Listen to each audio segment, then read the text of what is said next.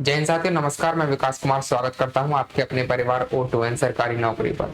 साथियों, आज मैं फिर से आपके बीच हाजिर हुआ हूं पॉलिटी के कुछ महत्वपूर्ण प्रश्नों लेकर। ठीक है साथियों, शुरू करते हैं आज की क्लास। पहला प्रश्न क्या कहता है? किसी राज्य का प्रथम विधि अधिकारी कौन होता है? किसी राज्य का प्रथम विधि अधिकारी कौन होता है? क्या वह महाधिवक्ता होता है, सॉलिसिटर जनरल होता है, महान्यायवादी होता है, या विधि विभाग का महासचिव होता है? क्वेश्चन को साथियों ध्यान से पढ़ेंगे, क्वेश्चन को ध्यान से पढ़ेंगे। किसी राज्य का प्रथम अधिकारी की बात की, यहाँ पर देश के प्रथम अधिकारी की बात नहीं की, यहाँ पर राज्य के प्रथम विधि अधिकारी की बात की है। तो राज्य का प्रथम विधि अधिकारी जो होता है वह महाअधिवक्ता होता है। राज्य का प्रथम विधि अधिकारी जो होता है महाअधिवक्ता होता है, जो संविधान के 165 आर्टिकल नंबर 165 में निहित है। संविधान के आर्टिकल 165 में निहित है। आर्टिकल 165 में निहित है। बात करें देश के प्रथम विधि अधिकारी की, तो देश का प्रथम विधि अधिकारी जो होता है वह महान्यायवादी होता है। देश का प्रथम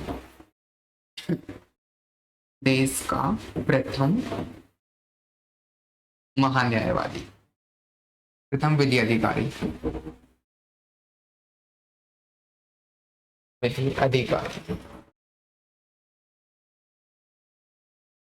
देश का प्रथम विधि अधिकारी जो होता है वह महान्यायवादी होता है, तथा राज्य का प्रथम विधि अधिकारी जो होता है वह महाअधिवक्ता होता है। आर्टिकल 165 के तहत महान्यायवादी जो होता है आर्टिकल 76 में होता है। ठीक है, नेक्स्ट क्वेश्चन क्या कहता है? नेक्स्ट क्वेश्चन कहता है निम्न में से किसका विघटन नहीं किया जा सकता परंतु समाप्त किया जा सकता है?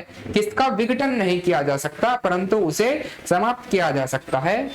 कौन सी ऐसी संस्था है जिसका विघटन नहीं किया जा सकता परंतु उसे समाप्त किया जा सकता है? क्या वह लोकसभा है, क्या वह राज्यसभा है, क्या वह राज्य विधान परिषद है, क्या फिर राज्य की विधान सभाएं हैं? तो साथियों बात करें किसका विघटन नहीं किया जा सकता परंतु उसे समाप्त किया जा सकता है, तो साथियों राज्यसभा का विघटन नहीं किया जा सकता, उसे राज्य विधान परिषद का विघटन नहीं किया जा सकता किंतु उसे समाप्त किया जा सकता है। राज्य विधान परिषद का विघटन नहीं किया जा सकता परंतु उसे समाप्त किया जा सकता है। ठीक है, नेक्स्ट क्वेश्चन क्या कहता है? वह राज्य जहां विधान परिषद नहीं है, वह राज्य कौन सा है जहां विधान परिषद नहीं है? क्या वह उत्तर प्रदेश है, क्या वह राजस्थान है, या महाराष्ट्र है, या फिर कर्नाटक है? तो साथियों बात करें विधान परिषद वाले राज्यों की, तो 6 राज्य ऐसे हैं वर्तमान में जिनमें विधान परिषद है। वह 6 राज्य कौन कौन से हैं? 6 राज्य हैं।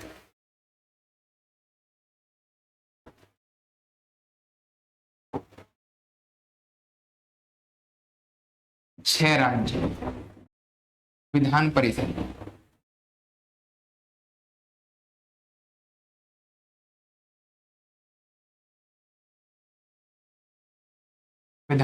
वाले 6 राज्य जो हैं वह कौन कौन से हैं साथियों?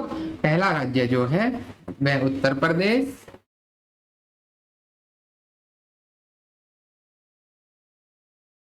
सेकंड बिहार,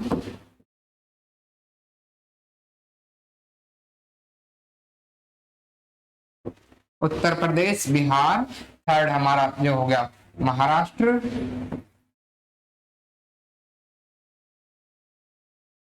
चौथा आंध्र प्रदेश,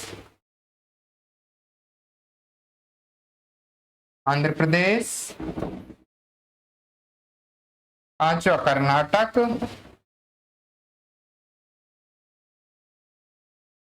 तथा छठा तेलंगाना।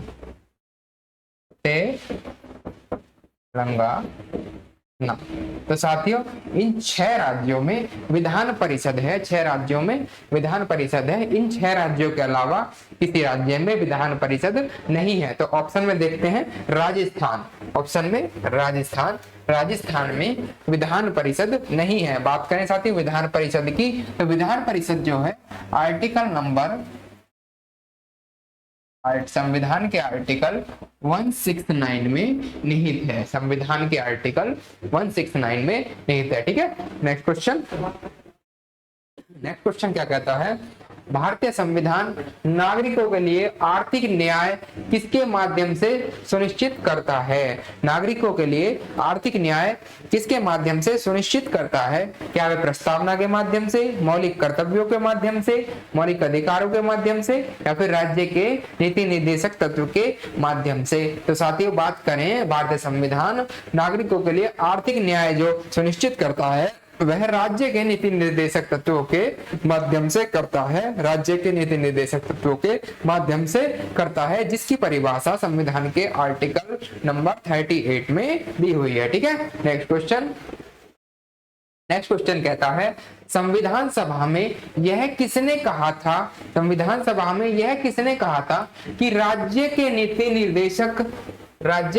निर्देशक सिद्धांत किसी बैंक में दे उस चेक की तरह है जिसका भुगतान बैंक अपनी सुविधानुसार करता है, जिसका भुगतान बैंक अपनी सुविधानुसार करता है। यह कथन किसके थे? क्या वे के.एम. मुंशी के थे, के.टी. शाह के थे, गैब्रियल ऑस्टिन के थे, या फिर बी.आर. अम्बेडकर के थे? तो साथियों, यह जो शब्द थे यह के.टी. शाह के थे, के.टी. शाह के यह शब्द थे। ठीक है, नेक्स्ट क्वेश्चन क्या कहता है, नेक्स्ट क्वेश्चन कहता है, निम्नलिखित में से भारत के किस राज्य में नागरिकों के लिए एक समान सिविल संहिता लागू है? नागरिकों के लिए एक समान सिविल संहिता किस राज्य में लागू है? तो साथियों, बात करें नागरिकों के लिए एक समान सिविल संहिता वाला राज्य, भारत का जो राज्य है वह गोवा है। गोवा में सभी नागरिकों के लिए एक समान सिविल संहिता लागू है। साथियों, बात करें सिविल संहिता की, सिविल संहिता होती क्या है? सिविल संहिता का जिक्र संविधान के अनुच्छेद 44 में दिया गया है, यूसीसी यूनियन सिविल कोड। ठीक है, सिविल संहिता का जिक्र संविधान के अनुच्छेद 40 में किया गया है, 44 में किया गया है। ठीक है, नेक्स्ट क्वेश्चन, भारतीय संविधान के किस भाग में कार्यपालिका से न्यायपालिका का पृथक्करण किया गया है? संविधान के किस अनुच्छेद में कार्यपालिका से न्यायपालिका का पृथक्करण किया गया है? क्या वह मूल अधिकारों में किया गया है, क्या प्रस्तावना में किया गया है, क्या 7वीं अनुसूची में किया गया है, या फिर राज्य के नीति निर्देशक तत्वों में किया गया है? तो साथियों, बात करें कार्यपालिका को न्यायपालिका से पृथक करने की जो बात कही गई है वह राज्य के नीति निर्देशक तत्वों में की गई है, तथा कौन से आर्टिकल में की गई है? आर्टिकल नंबर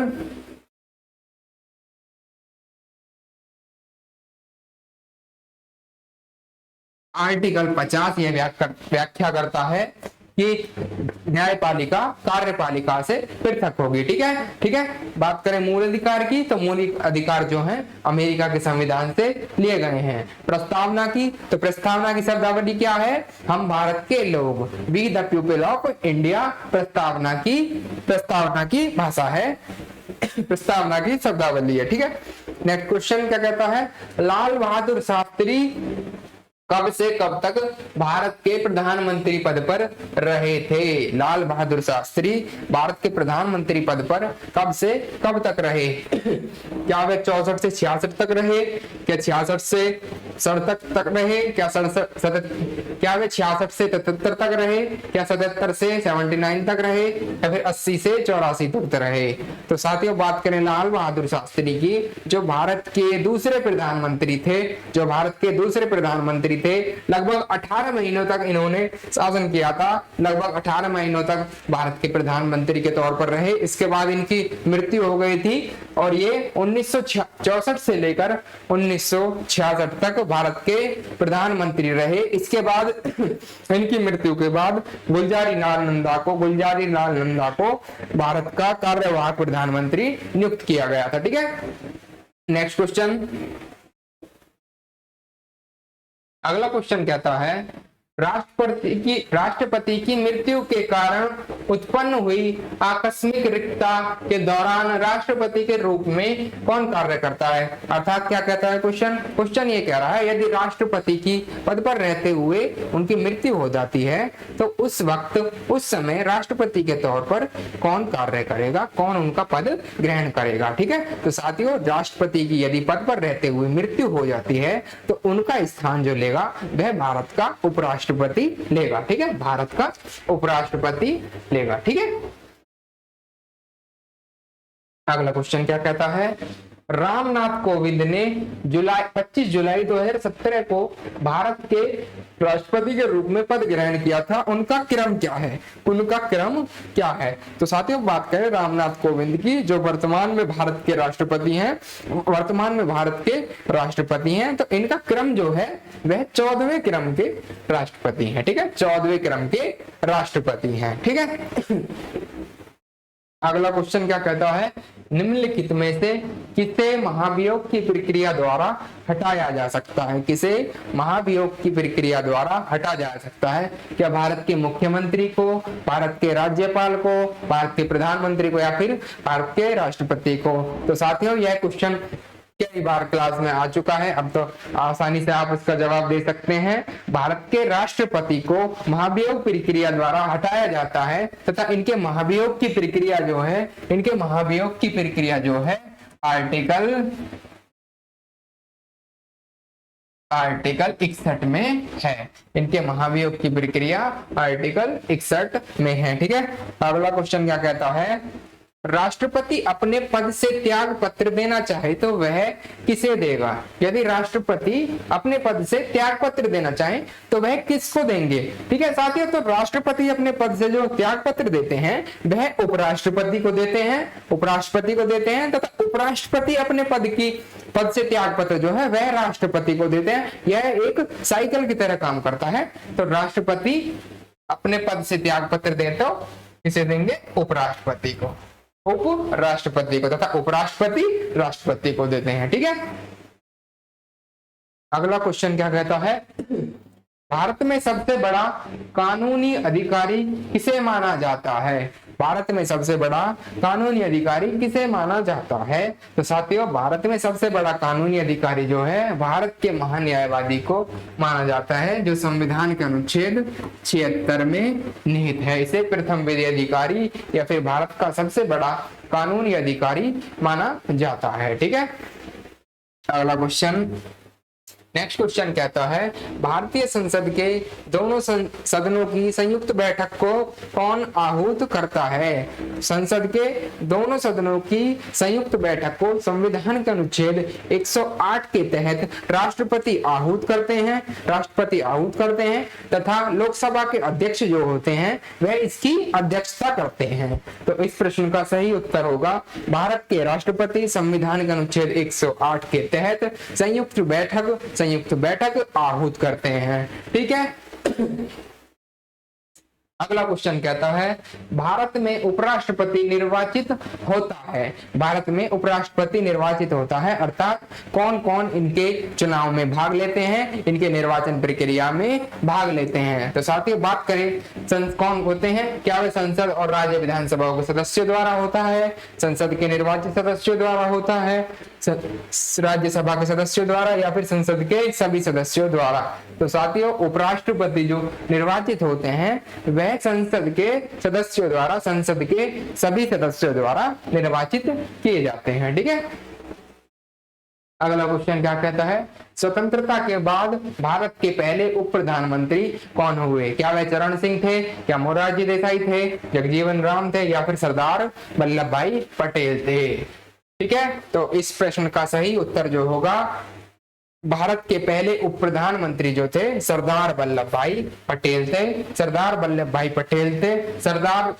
पटेल को कभी कभी प्रश्न ये पूछ लेता है, सरदार वल्लभ भाई पटेल को सरदार की उपाधि किसने दी। तो साथियों सरदार वल्लभ भाई पटेल को सरदार की उपाधि, बारदौली सत्याग्रह हुआ था तो बारदौली गांव की महिलाओं ने सरदार की उपाधि दी गई थी। बात करें सरदार वल्लभ भाई पटेल की।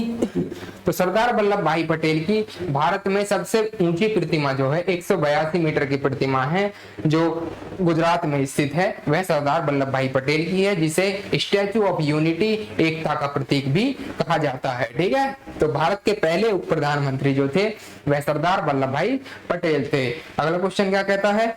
अगला क्वेश्चन कहता है भारतीय संविधान के अनुच्छेद 123 के तहत अध्यादेशों को जारी करने की शक्ति किसके पास होती है? क्वेश्चन रिपीट हुआ है, बार बार क्वेश्चन आ रहा है। अब आसानी से आप इसका जवाब दे सकते हैं कि अध्यादेश जो जारी करते हैं संविधान के अनुच्छेद 123 के तहत राष्ट्रपति करते हैं। ठीक है, अगला क्वेश्चन क्या है? 1964 में जवाहरलाल नेहरू की मृत्यु के बाद भारत के कार्यवाहक प्रधानमंत्री कौन बने? 1964 में जवाहरलाल नेहरू की मृत्यु के बाद भारत के प्रधानमंत्री, कार्यवाहक प्रधानमंत्री कौन बने? तो गुलजारी लाल नंदा जो थे, यह गुलजारी लाल नंदा जो थे जवाहरलाल नेहरू की मृत्यु के बाद कार्यवाहक प्रधानमंत्री पहली बार बने थे, तथा दूसरी बार लाल बहादुर शास्त्री की मृत्यु के बाद भी कार्यवाहक प्रधानमंत्री बने थे। साथियों, मैं रिपीटेड क्वेश्चन इसीलिए बार बार ला रहा हूं जिससे कि आपकी प्रैक्टिस होती रहे, बार बार क्वेश्चन आपके सामने आते रहे, जिससे आपको वो बार बार याद होते रहे। इसीलिए मैं हर क्लास में एक दो क्वेश्चन रिपीट कर कर लेके आता हूं। अगला क्वेश्चन कहता है भारतीय संविधान के अनुसार राष्ट्रपति पद की रिक्ति भरनी होती है, क्या है? 1 माह के अंदर या 3 माह के अंदर, 6 माह के अंदर या फिर 12 माह के अंदर? तो साथियों बात करें, राष्ट्रपति पद की जो रिक्ति होती है वह 6 माह के अंदर पूरी करनी होती है, 6 माह के अंदर भरनी होती है। अगला क्वेश्चन क्या कहता है? अगला क्वेश्चन कहता है राष्ट्रपति का अध्यादेश लागू रह सकता है, राष्ट्रपति का अध्यादेश कितने समय के लिए लागू रह सकता है? क्या 3 माह, 6 माह, 9 माह या फिर अधिकतम अनिश्चित काल तक? तो साथियों बात करें राष्ट्रपति के अध्यादेश की तो 6 माह के लिए जारी रह सकता है, 6 माह के लिए जारी रह सकता है। अगला क्वेश्चन क्या कहता है? निम्नलिखित में से कौन देश के रक्षा बलों का सर्वोच्च सेनापति होता है? कौन देश के सर्वोच्च बलों का सेनापति होता है? साथियों यह प्रश्न भी आपका रिपीट हुआ है। मैंने पहले भी आपसे जिक्र किया था कि तीनों सेनाओं के हेड जो होते हैं संविधान के अनुच्छेद 53 के तहत भारत के राष्ट्रपति होते हैं। तीनों सेनाओं के हेड, तीनों सेना कौन सी हमारी? थल सेना, जल सेना तथा वायु सेना के हेड के तौर पर जो कार्य करते हैं वह भारत के राष्ट्रपति कार्य करते हैं। ठीक है, तो इस प्रश्न का सही उत्तर होगा भारत के राष्ट्रपति भारत देश के रक्षा बलों का सर्वोच्च सेनापति होता है। ठीक है, अगला क्वेश्चन क्या कह रहा है? राष्ट्रपति एवं उपराष्ट्रपति के निर्वाचन से संबंधित विवाद सर्वोच्च न्यायालय के किस अधिकार क्षेत्र के अंतर्गत आता है? राष्ट्रपति एवं उपराष्ट्रपति के निर्वाचन से संबंधित विवाद सर्वोच्च न्यायालय के किस अधिकार से आता है? क्या वह बहुमुखी अधिकार है, या फिर प्रारंभिक क्षेत्राधिकार है, या फिर विवेकाधीन अधिकार है, या फिर सलाहकारी अधिकार है? तो राष्ट्रपति और उपराष्ट्रपति के निर्वाचन के संबंधित विवाद जो होते हैं वह सर्वोच्च न्यायालय के प्रारंभिक क्षेत्राधिकार में होते हैं, सर्वोच्च न्यायालय के प्रारंभिक क्षेत्राधिकार में होते हैं। नेक्स्ट क्वेश्चन क्या कहता है? नेक्स्ट क्वेश्चन कहता है उपराष्ट्रपति पदेन अध्यक्ष होता है। उपराष्ट्रपति किसका पदेन अध्यक्ष होता है? क्या राज्यसभा का, लोकसभा का, योजना आयोग का, या फिर राष्ट्रीय विकास परिषद का? तो साथियों संविधान का अनुच्छेद 63 यह कहता है कि उपराष्ट्रपति राज्यसभा के पदेन सभापति होंगे, राज्यसभा के पदेन सभापति होंगे। ठीक है, आर्टिकल 63 यह कहता है कि राष्ट्रपति राज्यसभा के पदेन सभापति होंगे। ठीक, यह आज का हमारा अंतिम प्रश्न था। साथियों आपको क्लास कैसी लगी यह कमेंट सेक्शन में कमेंट करके जरूर बताइएगा, तथा वीडियो को लाइक, शेयर एंड चैनल को सब्सक्राइब जरूर कीजिएगा, जिससे निकट भविष्य में आने वाली वीडियो आप देख सको तथा उनका आनंद ले सकें। ठीक है।